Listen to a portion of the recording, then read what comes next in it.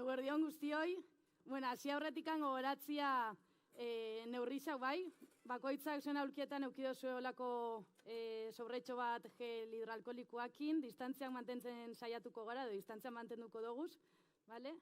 Eta, gogoratzia EH Bilduk erantzukizun osoz jokatu dela pandemia guztian ziar, eta orain eta gerora bebai erantzukizun osoz jokatuko dugula. Datozen hauteskundietan asko daukagu jokoan, gure herriak erronka handia dauka. Zuti jarri behar da eta norabidez aldatu behar du.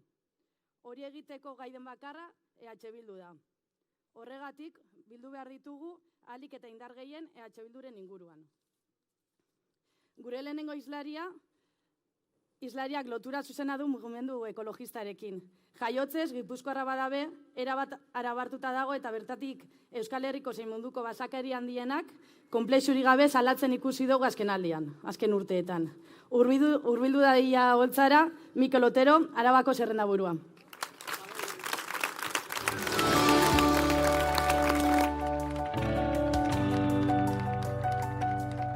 Kaixo Ibar, apa Gipuzkoa. Esan behar nuen ongi etorria kanpainaren Ekuadorrera, baina ez dakit ezoten egun esan behar ongi etorri Ekuadorrera egiten duen beroarekin. Ea ez garen gehiagi luzatzen. Ezer baino lehen utzi dazue besarkada batzu banatzen, baditugu eta elkar besarkatzeko arrazoiak distantziamentua dela eta ezta. Heriotza presente egon da hilabete hauetan, eta beraz lehen besarkadak pandemia dela eta gertukoak gaixotu edo galdu dituzten guztientzat, ezta. Badakizue nola ibili garen Gasteizen. Eta besarkadak ere igandea izan da, espetxe politika eroaren ondorioz, kartzeletatik bueltan errepidean datotzen guztientzako, eta kartzeletara ere noski, besarkada horiek, etxean behar ditugu eta behingoz. Eta ezin du eta ahaztu, hemendik gertu, kilometro gutxitara, oraindik 5 hilabete ostean, Joaquin Beltran eta Alberto Sololuzeren gorputzak hor daudela zaborazpian. Besarkada beroenak, ez gara ahaztuko. Ez dakit gaurkoa zuentzat beste egun maz izango den, baina aitortu behar dut niretzat voltaje emozional handiko eguna dela. Aurretik esan dudanagatik bai, baina gauza gehiago batik ere, ezta. Hasteko, esaten da, inor ez dela izaten profeta bere lurraldean, nik gaur izango dut lehen aukera hori jakiteko. Ze askok badakizu eta esan da, ni politikoki patateroa naizela, arabarak naizela, baina ni jatorriz Gipuzkoarra naiz, baina ara non lehen da biziko aldia da, mitin batean, holtza batean nagoela, eta beraz asko eskertzen diote Ibarri eta Gipuzkoari aukera hau emateagatik.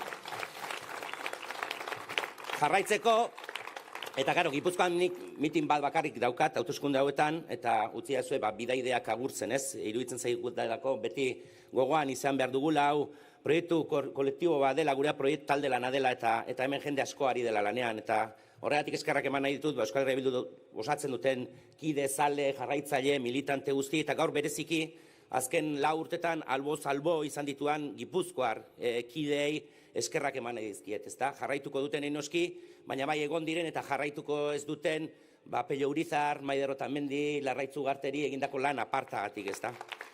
Eta baita ere noski, Laister sartuko diren Gipuzkoarrekin, bai Arkaitz Rodríguez, bai Lore Martínez, bai Iriarte, Eraitz eta batedaki zenbat. Eta eskerrik asko guztiei beraien konpromisoa agertzagatik. Baina ez da hori dena, ze Gipuzkoara lehen aldiz mitin bat egitera etorri, eta holtza partekatuko dut gure lagun galegoekin, Benegako lagunekin, eta gogoratuko dugu Euskal Herria eta Galizia herri adiskidetuak garela eta erronka amankomunak ditugula, ezta? Eta askok baditugu inkluso odolezko loturak, ez? Hoxe, quiero aproveitar la presencia de nuestros compañeros de Galicia para hacer algo que quería hacer desde fai tempo. Como podéis ver, Rubén, o meu galego non é correcto, pero hoxe, aproveitando tu presencia en Eibar, quero render unha pequena homenaxe, empezando polo meu pai, a todos os galegos que viñeron nos Euskal Herria fai décadas, e por extensión, a todos os que viñeron e siguen vindo de outras rexións ou países. Porque mi padre fue uno de tantos que llegó a Euskal Herria en los años 60 con una mano delante, una mano detrás. Y la esperanza de tener una vida mejor dejando todo atrás. Y en eso que se iba deslomando, que se iban todos deslomando para salir adelante, el mío como albañil primero y luego como obrero del metal, también fueron construyendo este país y nos fueron transmitiendo su honradez y nos fueron imprimiendo el sello de clase cuando salían a la calle para defender las fábricas. Y muchos fueron comprendiendo y fueron enredándose en las luchas de este país porque sabían de primera mano que nadie regalaba nada. Y algunos incluso aprendieron y transmitieron el euskera por amor a la tierra. Por amor a la tierra y, en mi caso, por el amor a una baserritarra de Alquiza, también todo hay que decirlo. Porque este país no se entiende sin esa hibridación, y si este país no se entiende sin la riqueza que generaron con sus manos y sus luchas, las luchas de este país no se entienden sin ellos y sin ellas. Y este país debe mucho, muchísimo a esa generación. Y yo se lo debo todo, casi todo. Y hoy, desde Eibar, les queríamos dar las gracias, empezando por mi padre, que nos dejó en noviembre. Eskerrik asko, Juan.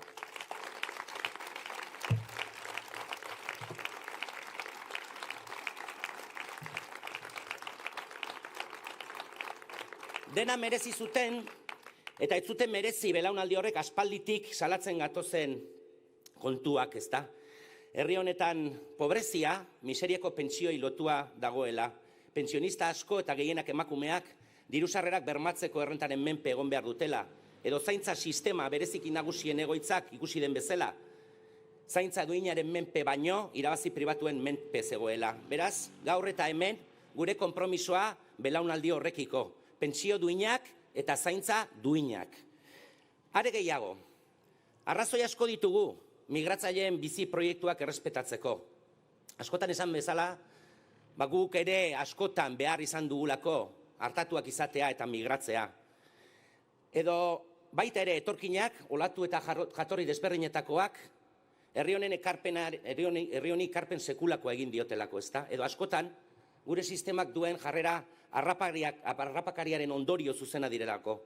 Edo besterik gabe, ez alda nahikoa, giza eskubideak defendatzen ditugulako guztientzat. Horregatik, guztiagatik, eta gaur hau ekarri dut, onartezina iruditzen zait, ez dakizuen etxera iritsi den, Araban gure etxetara iristen ari da, Voxen propaganda. Eta hau esaten du, ante la invasión migratoria hay una alternativa. De verdad, invasión. ¿Cómo se puede ser tan rastrero? ¿Cómo se puede publicar semejante basura? ¿Cómo se puede ir a las elecciones con esto como aval? Horregatik diogu, eta ni Arabati nator, eta arriskua hor dago. Datorren urtailaren 12an, fasismoa desterratu nahi duenak, Euskal Herria Bilduren boto antifasista aukeratu dezala. Ozen esaten dugulako, etorkinentzako gurea harrera herria dela.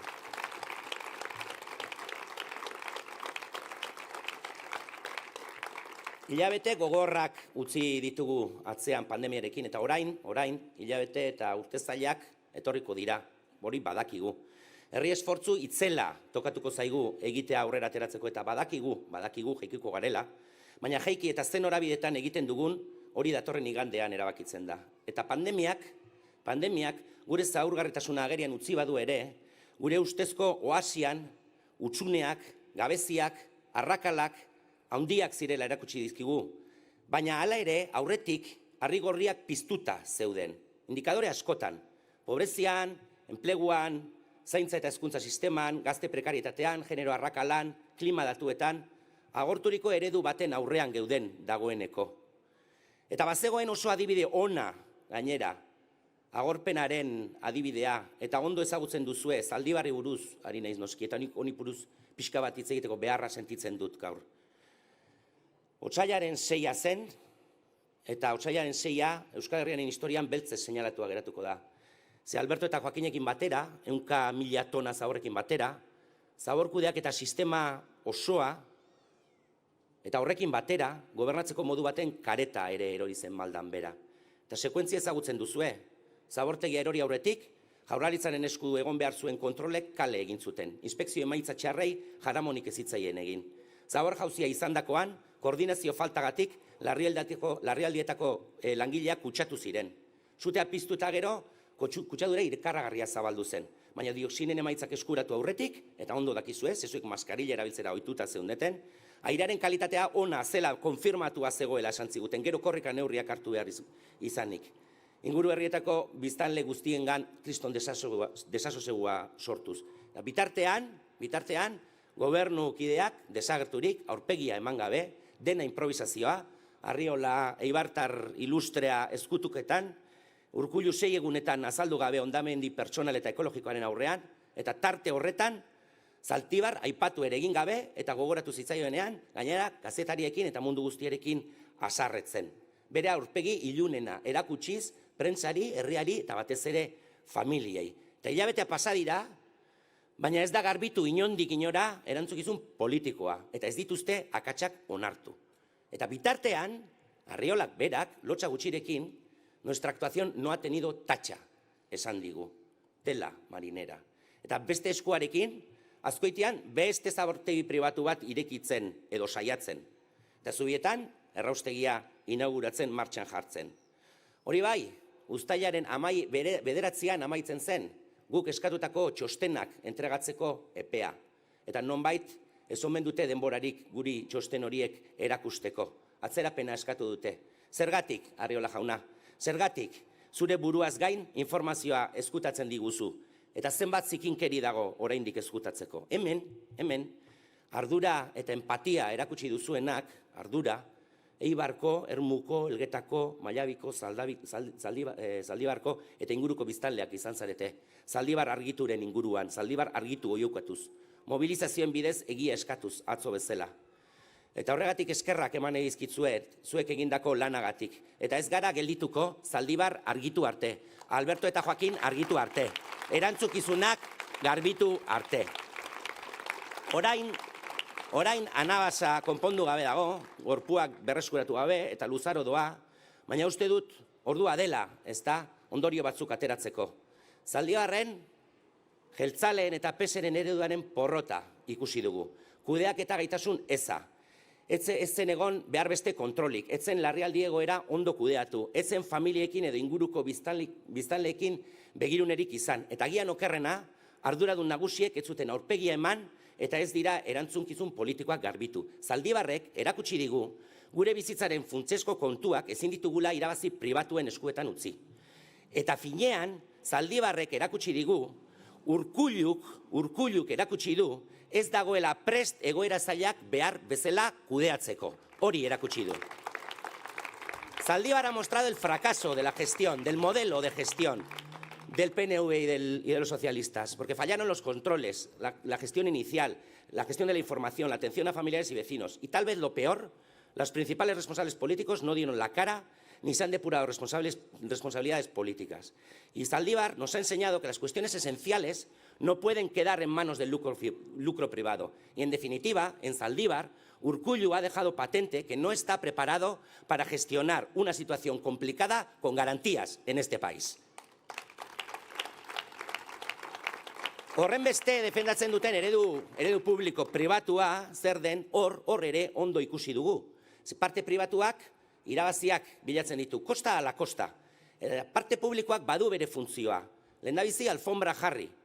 Gero beste alde batera begiratu. Eta azkenik dena hankaz gora dagoenean, desastrea guztion diruarekin ordaindu. Horre balio du zaborrarekiko, baina beste edozein adibide jarri dezakegu. Eta Eibartik atera gabe, ondo ikusi daiteke eskema hori berriz. Non? Ospitalean adibidez.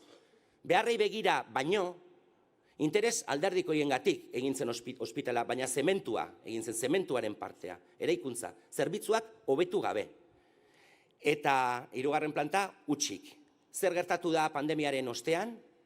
Aldarrikatzen ziren oeak, oe soziosanitario horiek, enpresa pribatu bati eman dizkiotela berriro. Larrialdi egoera aprobetxatzen ari dira, publikoa behartzuen zerbitzu bat, esku pribatuetan usteko. Eta eskema berdina da. Diru publikotik alfombra jarri, kasu honetan ezpiegitura, gero zerbitzua, enpresa pribatu bati eman eta irabaziak ziurtatzeko. Hori da EAJ eta PSren bidea. Hori da sare klientelarraren bidea. Batzuetan lege barruan, batzuetan legearen mugan eta beste batzuetan legearen kanpo. Eta oroitu de Miguel, oroitu Alonsotegi, oroitu Osakidetzako opeak, bidegi, Karrantza, Muntai. Helburua denetan berdina da, begiratu edonora. Eta orduan, iritsi da momentua, esateko, nahikoa da. Honekin nahikoa da, nazkatuak gaude. Nahikoa da, eta merezi degun herria, merezi dezuen herria, eraikitzen hasteko ordua iritsi da. Guk konpromiso hori badaukagu, eta prest gaude. Prest gaude, Eta hemen bi bide bakarri daude. Onaino ekarri gaituen bidea, Zaldibarren maldan behera erori zen bidea, edo ezkerretik eta guztion mesedetarako diseinatutako bidea. Euskal Herria Bilduren bidea. Horregatik, datorren uztailaren 12an, herri honetako ezkerreko botoa, boto langilea, boto ekologista, boto feminista, boto eraldatzailea, Euskal Herria Bilduren gana, joan behar du. Denak bozkatzera. Eta aupa Ibar, aupa Gipuzkoa, biba Galiza zeibe, eta gora Euskal Errepublika.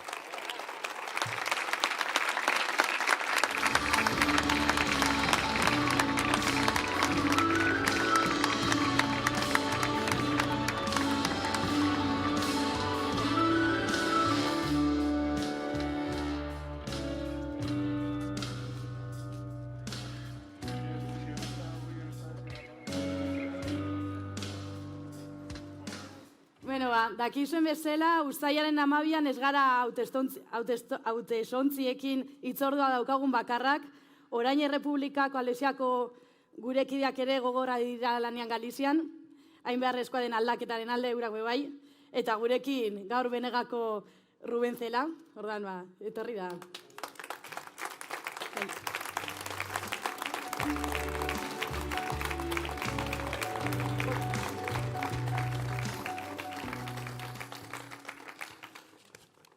Egun on eta eskerik asko, eta yo me buscar a Miquel que más limitado que teu galego. Para mí é un enorme placer poder estar aquí hoxe en nome do Bloque Nacionalista Galego acompañando neste acto de Euskal Herria Bildu de cara ás eleccións do vindeiro 12 de xullo. Siempre es un placer poder venir a Euskal Herria, pero para mí hoy me hace especial ilusión poder hacerlo aquí en Eibar, ¿no?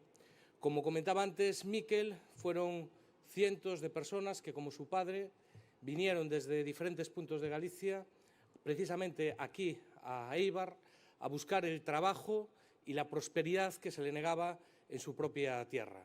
Aquí a nadie se le regaló nunca nada, tuvieron y tienen que trabajar muy duro y fueron un elemento clave en el crecimiento y en la prosperidad de este país. Pero yo os puedo decir que para la inmensa mayoría de esos gallegos y gallegas nunca se sintieron extranjeros en esta patria, entre otras cosas porque, a diferencia de ese sobre de Vox, hay un contributo muy importante de la izquierda soberanista de este país, que es el de históricamente nunca considerar vascos y vascas exclusivamente a los nacidos en Euskal Herria, sino considerar a todos los trabajadores, a todas las trabajadoras, a todos los hombres y mujeres que viven en este país, vascos y vascas. Y os decía que para mí es muy especial poder hacerlo hoy en Eibar, porque al igual que en Ermua o en el Goibar, la mayoría de esa diáspora gallega proviene de un pueblo pequeño de la provincia de Ourense que se llama Allariz y que para mí es muy especial en el plano personal y en el político. En el personal, porque mi mujer es de allí, por lo tanto mis hijos son medio alaricanos, y en el político, porque decir Allariz es decir Bloque Nacionalista Galego. No se puede entender Allariz sin más de 30 años de mayorías absolutas del Bloque Nacionalista Galego que colocaron a un pequeño pueblo de la provincia de Ourense como una referencia inexcusable, no solo a nivel nacional gallego, sino a nivel internacional de las políticas más avanzadas que se pueden llegar a desenvolver desde un pequeño concello rural. Digo esto porque para nosotros Allariz simboliza en el terreno práctico el potencial de transformación que tiene la izquierda soberanista cuando nos dan la oportunidad. Y digo esto porque tanto Euskal Herria Bildu como el Bloque Nacionalista Gallego somos fuerzas políticas con una fonda tradición y arraigo municipalista. Cuando los vecinos y las vecinas nos dan su confianza, demostramos que sabemos gestionar y que lo hacemos muy bien. Demostramos que lo hacemos a favor de las mayorías sociales, de las clases populares y nunca al dictado de los grandes poderes económicos ni de los medios de comunicación. Que lo hacemos desde lo local, pero sin localismo, siempre con una visión nacional y con una estrategia de país. Que lo hacemos con trabajo, con entrega, con cariño, con honradez, porque no es casual que en toda la historia de la izquierda abertzale, en toda la historia de Euskal Herria Bildu, en los casi 40 años de historia del Bloque Nacionalista Galego, haya 0 casos de corrupción. No es casual, es consustancial a nuestra forma de entender la política y el servicio público. La honradez, la honestidad de quien no viene a una campaña electoral a contar milongas ni a prometer imposibles. Nosotros lo que hacemos es, cuando llegamos a las instituciones, hacer lo que prometimos, o por lo menos, que no es poco, intentarlo, ¿no? Y demostramos también en esas instituciones que somos una fuerza política seria, que nos tomamos con seriedad la política, porque para nosotros hay que tomarse con seriedad las condiciones materiales de vida de mucha gente y el futuro de nuestros pueblos. Y por eso nunca contribuimos, ni por activa ni por pasiva, con la infantilización de la política, con la frivolización, con hacer de la política un lodazal permanente. Por eso no contribuimos a descafeinar nuestra legítima opción político-ideológico para que no pierdan el sueño los que realmente mandan. Y digo todo esto porque si tanto Euskal Herria Bildu como el BNG llevamos tantos años en tantos ayuntamientos demostrando que las cosas se pueden hacer de una forma diferente, al servicio de las mayorías sociales y al servicio de la construcción de nuestros derechos nacionales, aquí y ahora es el momento de trasladar todo eso al Gobierno vasco y a la Xunta de Galicia. Y si lo podemos hacer de la mano de Madeleine aquí y de Ana Pontón en Galicia, de paso haremos otra cosa, que es acabar con el anacronismo histórico de que nunca una mujer se sentara en la Lehendakaritza ni en la presidencia de la Xunta de Galicia, y demostrar así, con los hechos, de que la mejor teoría feminista es la práctica feminista y es la práctica de que las mujeres ocupen los puestos que realmente tienen que ocupar en la vida política y en la vida institucional de nuestros respectivos países. Por lo tanto, amigos y amigas, que no se equivoque nadie, gestionaremos y gestionaremos mejor. Pero el 12 de julio no va solo de gestión. El 12 de julio va de decidir cuál es la orientación estratégica que queremos para nuestros pueblos en las próximas décadas. Y si algo demuestra toda esta pandemia del COVID, son 2 cosas que para mí son fundamentales a la hora de votar el próximo domingo.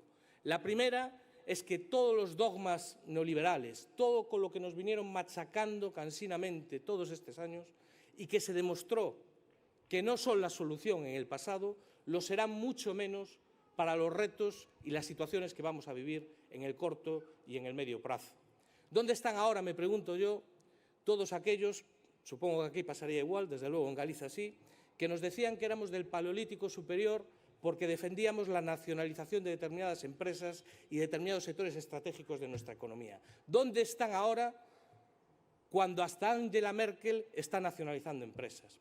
¿Dónde están los que nos decían a nosotros que éramos unos anticuados, que todo lo privado funciona mejor que lo público, que es más eficaz, que es más eficiente y que en último caso lo importante es de quién es titularidad el servicio y que da igual que esté externalizado o privatizado? ¿Dónde están todos estos cuando ahora conocemos los macabros datos de la diferencia de muertos en las residencias de mayores públicas y privadas? ¿Dónde están? ¿Dónde están todos aquellos que nos cantaban todas las maravillas de la globalización neoliberal, que las deslocalizaciones eran normales, que lo que decíamos nosotros de soberanía alimentar era una tontería? ¿Dónde están todas esas personas?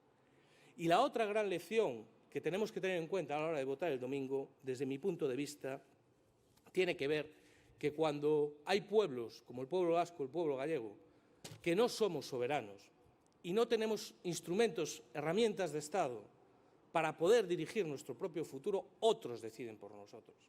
Y cuando eso pasa, no podemos desenvolver con normalidad nuestro potencial económico, social, cultural, lingüístico, pero ojo, tampoco podemos proteger dignamente a nuestra población. En Galicia lo vimos escandalosamente, escandalosamente.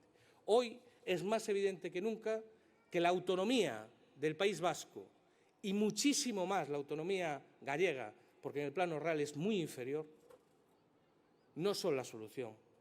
Y hoy sabemos, y una de las cosas que demuestra esta pandemia es la falacia del mito del Estado español como el Estado más descentralizado del mundo. pudimos comprobar todos y todas cómo este es un modelo autonómico de descentralización fundamentalmente administrativa, que las cosas importantes no se descentralizan y en Madrid, cuando a un señor o a una señora le viene en gana, chisca el dedo y se acaba de golpe con un simple decreto todo el supuesto autogobierno que teníamos. ¿Qué autogobierno es ese? Y eso es una lección que tenemos que tener muy presente. Un sistema autonómico autoanémico y un sistema de descentralización de quita y pon que desde luego no vale para el futuro de nuestros países.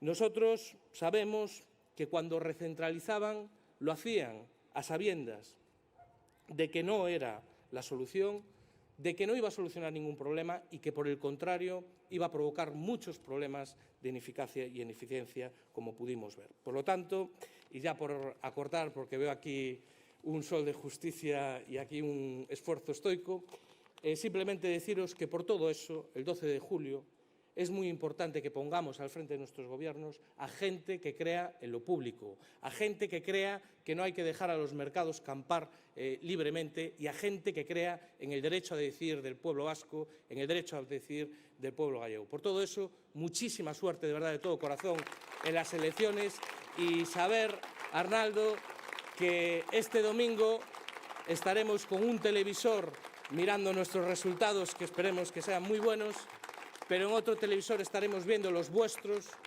porque vuestra suerte es también nuestra suerte y la de todos los pueblos que luchan por su libertad y por todos los trabajadores y trabajadoras. Mucha suerte. Gora Euskal Herria eskatuta. Viva Galiza CB Popular.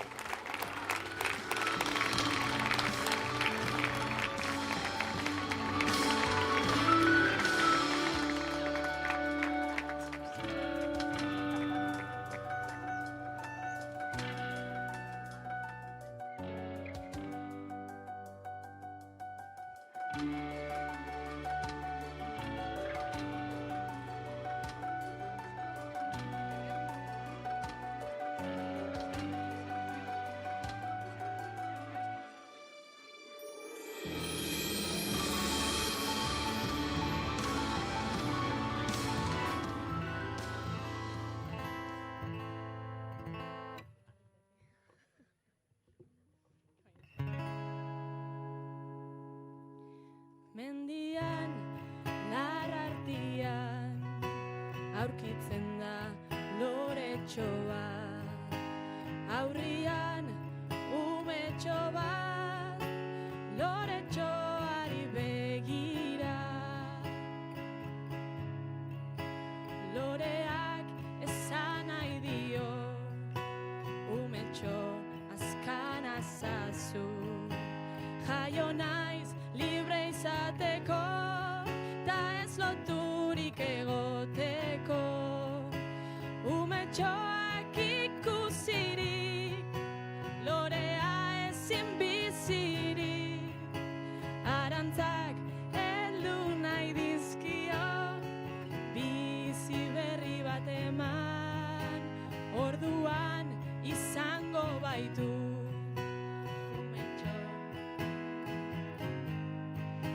Orduan emango baitu, ugari bere fruitua. Umetxoak ikusirik, lorea ezin bizirik. Arantzak kendu nahi dizkio, bizi berri bat eman, orduan izango baitu.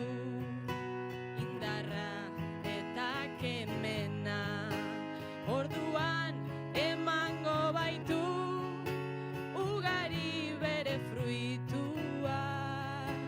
Ugari bere fruitua. Ugari bere fruitua. Eskerrik asko.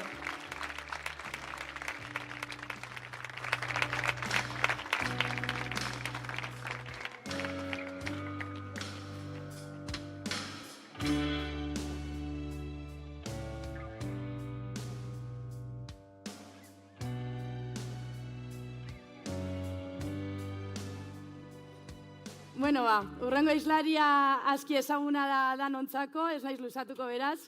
Gerturatu dadila Arnaldo Otegi, Bilduko koordinatzaile nagusia, kadarentzako hitza.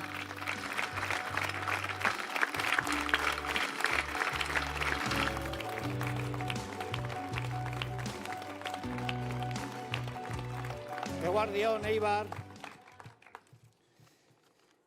Eta mila esker gonbidapen honegatik. Mikelek esan du Ekuadorrean bizi garela, baina nik uste dut Labanako giroarekin gaudela hemen, beraz, badakizute nik Fidel Castro bezala pixka luzatu egingo naizela, zen eta hau da nire klima hoberena gauzak esateko.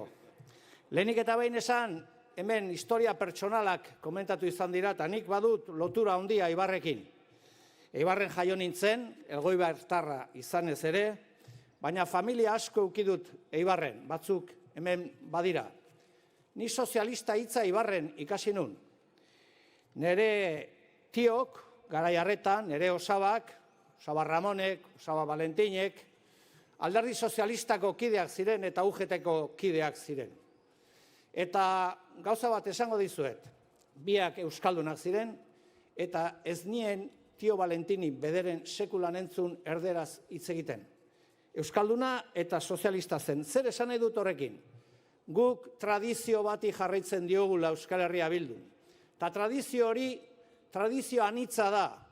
Abertzaletasuna, sozialista izatea, komunista izatea, bere baitan batzen duen tradizio baten seme alabak gera. Eta zentzu horretan, askotan historian gertatu izan du da eta askotan aipatu izan du dut. Hay veces en que la historia se acelera. La historia tiene procesos de aceleración. En Eibar sabéis mucho de esto. Los socialistas rusos en el exilio fundaron un periódico que se llamaba Iskra, que quería decir la chispa. Entre ellos Lenin, entre ellos Plejánov, etc. ¿Qué querían decir con esto? Querían decir que a veces en la historia se dan condiciones que permiten una chispa que pone en marcha procesos de gran transformación social o nacional. Nosotros somos herederos de esa iskra, de esa chispa que quiere cambiar las cosas en este país. Nosotros somos la chispa y Urkullu es el narcótico. Nosotros somos los que pensamos que esa chispa tiene que proceder a poner en marcha grandes procesos sociales de transformación y ellos piensan que las cosas están bien como están, que no hay que cambiarlas, que hay que mantenerlas tal y como están. En definitiva, que hay que seguir reivindicando un pasado que no tiene futuro. Eibar, txispa horren parte izan da bere historian. Eibarren errepublika proklamatu egin zen, Espainiar errepublika, bigarrena. Eta horrek ekarri zuen azelerazio prozesu bat, Espainiar estadu osoan. Eta zentzu horretan, horrekin labur bildu nahi dut, zer den txisparen teoria, zer den azelerazioaren teoria. Historia azeleratu gizon emakumeak egiten dugu, langileak egiten dugu. Eta hori gertatu zen Eibarren, orain dela urte asko, Errepublika Espainola proklamatu egin zenean.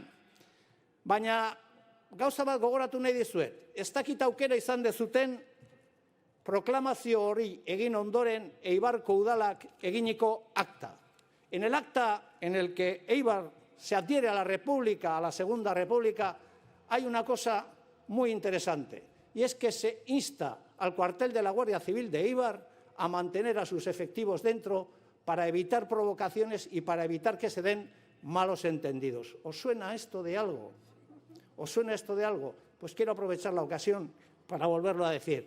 Ongi etorriak Altsasukoak bere herrira, eta alde hemendik zuen herrira indar okupatzailea. Porque ya en aquellas fechas ya se producían malentendidos con los agentes de la Guardia Civil, por parte de los ciudadanos y ciudadanas de este país, por parte de los trabajadores y trabajadoras de este país. Aipatu errepublika etzen bakarrik izan Euskal Herrian, ezta Galizian ere. Gobernu forma bat. Askok uste dute, eta horrela izaten da, jendarte askoretan, azkenean eztabaida dela monarkia o republika, gobernu forma bat. Guretzat ez da hori bakarrik, ez da sekulan izan hori bakarrik. Guretzat errepublikaren proiektua beste gauza batzuk zekartzen berarekin. Natura nazionaletik eta natura sozialetik. El proyecto de la República no era simplemente la sustitución de la monarquía por la República para las clases populares de este país. Significaba también una esperanza, la esperanza de construir la libertad nacional y la justicia social. Eso era el proyecto republicano. No se trata solo de elegir una forma de gobierno, se trata de elegir qué futuro quieres para tu país y para los tuyos durante décadas. Por eso el proyecto republicano vasco, lleva aparejado el cambio nacional y el cambio social. Horregaitik hemen Eibarren, garai haretan, indar aurrerakoi guztiak bildu ziren. Borondate herritar guztiak bildu ziren. Historia aldatzeko, historia ez dutelako besteek egiten, historia herriek eta langileek egiten dutelako. Eta konfluentzia hori eman duzen, eta konfluentzia horrek ekarri zuen aldaketa. Gero badakigu ze gertatu zen, baina gauza asko gertatu ziren garai haretan. En aquella época, y se ha dicho aquí, ya había una asociación de mujeres antifascistas en el país, en las que estaba el Partido Socialista, el Partido Comunista, la Izquierda Republicana y Acción Nacionalista Vasca, porque algunos se piensan que el abertzalismo de izquierdas nació en este país hace 50 años, y no es así. Acción Nacionalista Vasca ya era la izquierda abertzale en tiempos de la República y estaba ahí presente con las mujeres de Eibar y de otros lugares, construyendo la Asociación de Mujeres Antifascistas. Por eso queremos decir hoy, eta gero etorri zen, diktadura bat etorri zena. Eta diktadurapean herri honek erresistitu egin zuen. Eta ikastolak sortu, eta kooperatibak sortu, eta hizkuntza salbatu, eta hainbat gauza egin genituen. Gero, omen demokratikoa zen transizioa saldu ziguten. Gezur borobil bat. La transición democrática española, que consistió en que un dictador fascista nombrara al siguiente jefe de Estado, en que ese jefe de Estado cobrara comisiones por cada barril de petróleo que entrara en el Estado, ya desde que era príncipe, se llevara la pasta a Suiza y además condenaran a la tortura a miles y a miles de ciudadanos, mantuvieran la impunidad sobre los franquistas y presidente tras presidente hasta Felipe González organizaran tramas criminales para matar a la disidencia política en este Estado. Esa es la transición democrática española.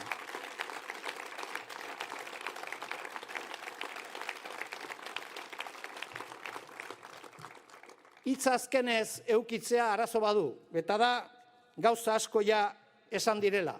Eta Rubenek gauza asko esan ditu, eta bat gatoz berarekin, ez naiz errepikatuko.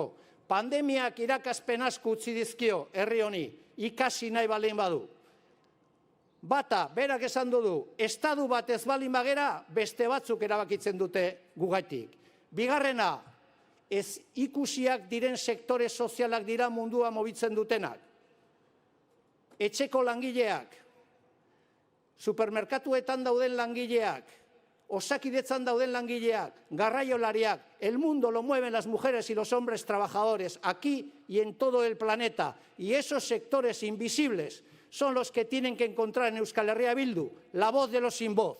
Nosotros no hacemos promesas, lo único que prometemos es ser su voz en todos los sitios, en Madrid, en Nafarroa, en Gasteiz y en todos los sitios, porque nosotros y nosotras queremos ser útiles a la causa nacional y a la causa de los trabajadores. Horregaitik, hirugarren eta azkenik ateratako ondorioa, Rubenek oso ongi esplikatu du. Neoliberalismoa trampa bada, gezur handi bada, gezur borobil bat. Nik adibide asko nituen, Labanan egongo banitz, beste pare bat ordutan adibide gehiago jarriko nituen, baina bi bakarri jarriko ditu. Askotan aipatu izan du da globalizazioa oso ona dela. Eta kapitalak libreki mobitzea munduan oso ona dela. Zergaitik, kapitalak toki guztietara juten direlako eta lanpostua sortzen dituelako. Ados gaude, problema ez da hori. Problema da nor kontrolatzen ditu eta bi nor ateratzen da irabazten. Los que han defendido la globalización y el neoliberalismo nos dice que la globalización y el neoliberalismo es un producto, es un proceso de suma para todas las partes. El capital invierte en otros estados, en otras regiones, crea puestos de trabajo, etcétera. Esta no es la cuestión. La cuestión es cómo se reparten los beneficios de la globalización. Y estos se reparten muy injustamente. Por eso os voy a dar solamente un ejemplo. La multinacional Walt Disney tiene invertido en Haití parte de su producción. Y algunos nos dirán, si no se produjera la globalización, jamás Walt Disney tendría inversiones en Haití. Y esto genera puestos de trabajo en Haití. Naciones Unidas hizo una prueba para ver cómo se repartía el beneficio de la globalización. Y la prueba es esta.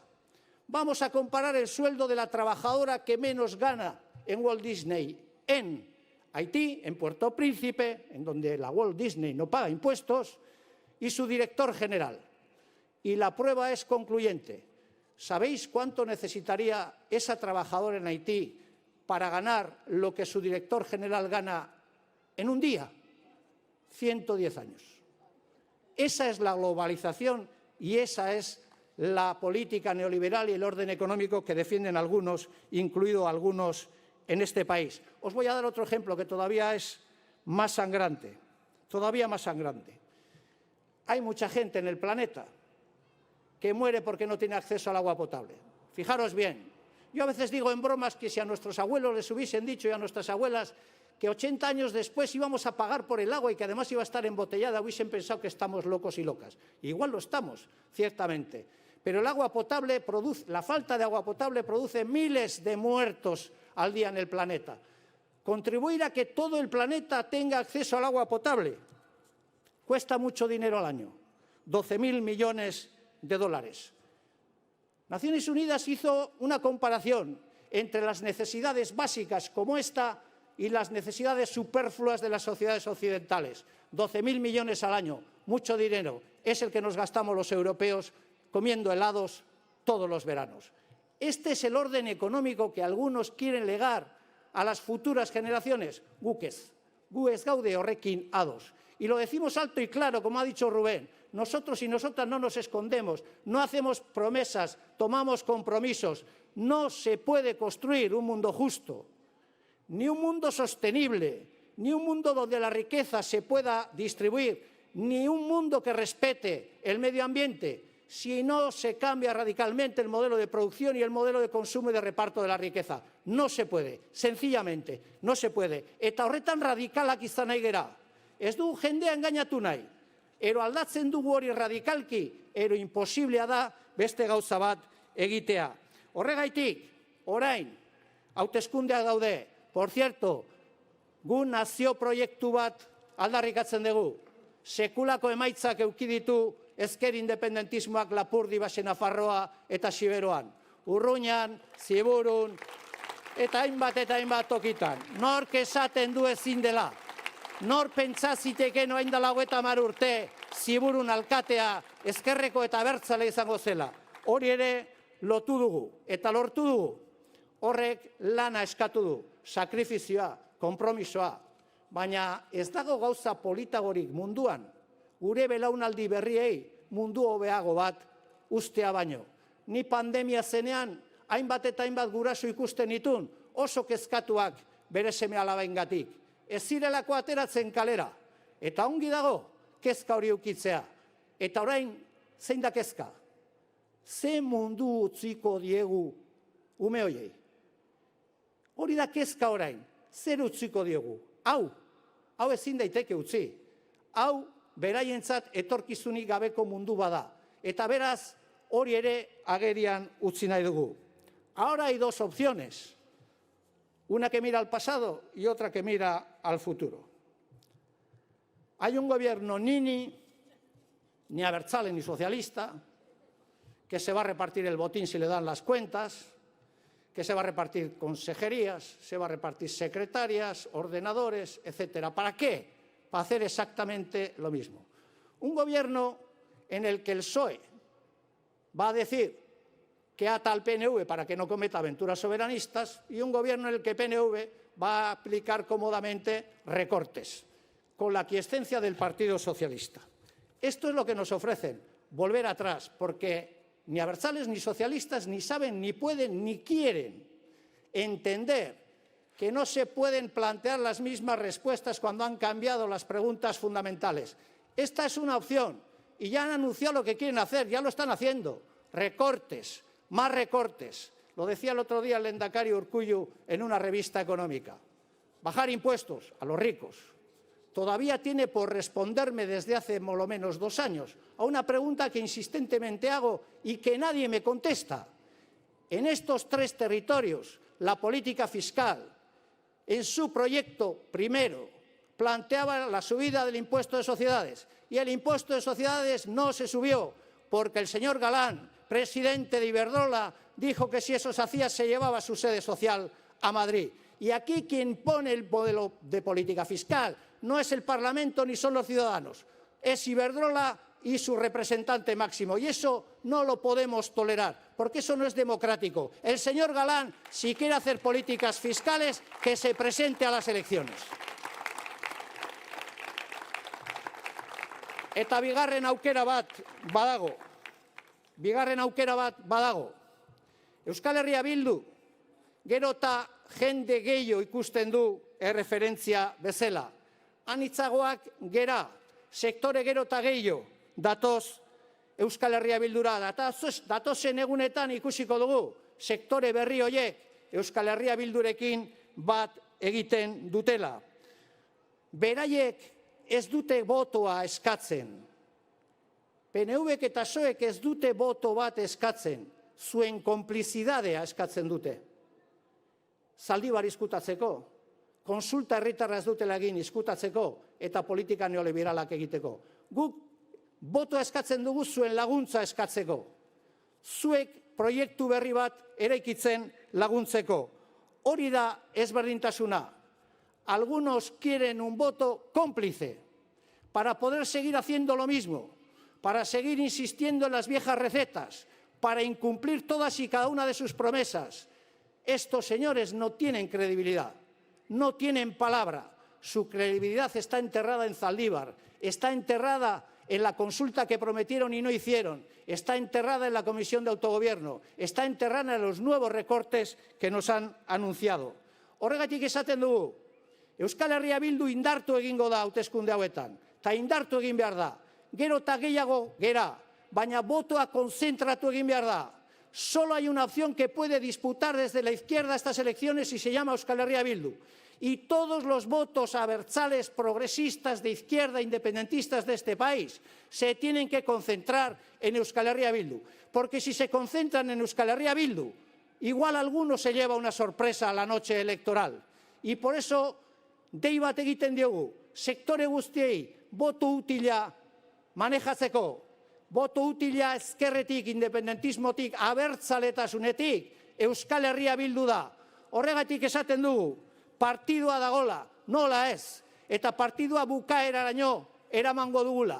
Bukaeraraino, 12an fase bat bukatuko da, baina fase hau luzatu egingo dugu. Noraino, Eibarren egunen batean, Espainiar Errepublika proklamatu beharrean, Euskal Errepublika proklamatzeko. Eta hori da gure bidea. Horregaitik eta bukatzeko, quiero agradecer la presencia del bloque nacionalista gallego. Él ha dicho una cosa importante y ha dicho, en este país hubo la posibilidad de que los inmigrantes no se sintieran en tierra extraña, porque la izquierda independentista en este país dijo que vasco y vasca era todo aquel que vivía y trabajaba en este país. Esa ha sido nuestra posición histórica. Quiero agradecer también la presencia ayer de Esquerra Republicana, al fin y al cabo, de la Esquerra y de la izquierda plurinacional del Estado español. Vamos juntos en el mismo barco y vamos a dar la batalla. Y vamos a dar la batalla por nuestros países, por nuestros trabajadores, por nuestras mujeres, por el medio ambiente, por la soberanía. Porque, como dice Angela Davis, nosotros no estamos en la política para aceptar lo que no se puede cambiar, sino para cambiar lo que no estamos dispuestos a aceptar. Gora Euskal Herria!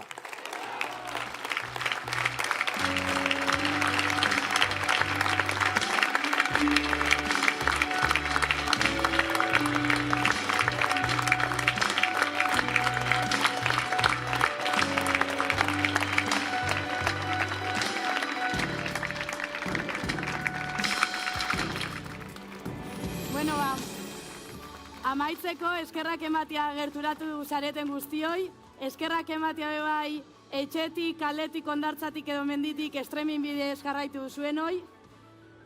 Oraintxe dano daukagu zeregintxo bat urrengo astera begira, etxekoei, lagunei, familiakidei, esan EH Bildu da aukera bakarra, eta ustaian 12ak autoestontziak beteko doguz. Eta ontxe, lasai, distantzia mantenduz, bai, jun urtetzen eta kerizpetara jun.